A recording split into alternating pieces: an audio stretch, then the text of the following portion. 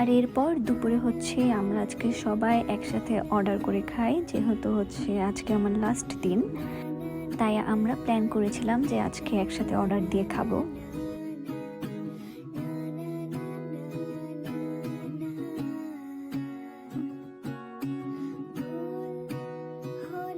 আমরা খাচ্ছিলাম আর সবাই মিলে গল্প করছিলাম, আর মনে হচ্ছিল যে গল্প শেষই হচ্ছে না আজকে।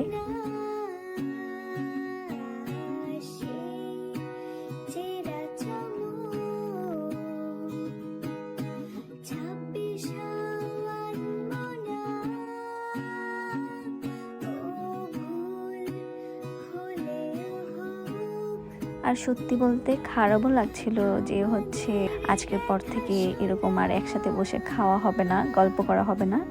আমাদের অনেক স্মৃতি রয়েছে এখানে, আমি সবাইকে অনেক মিস করব। এখানে মানে সবাই একদম একটা পরিবারের মতন ছিল।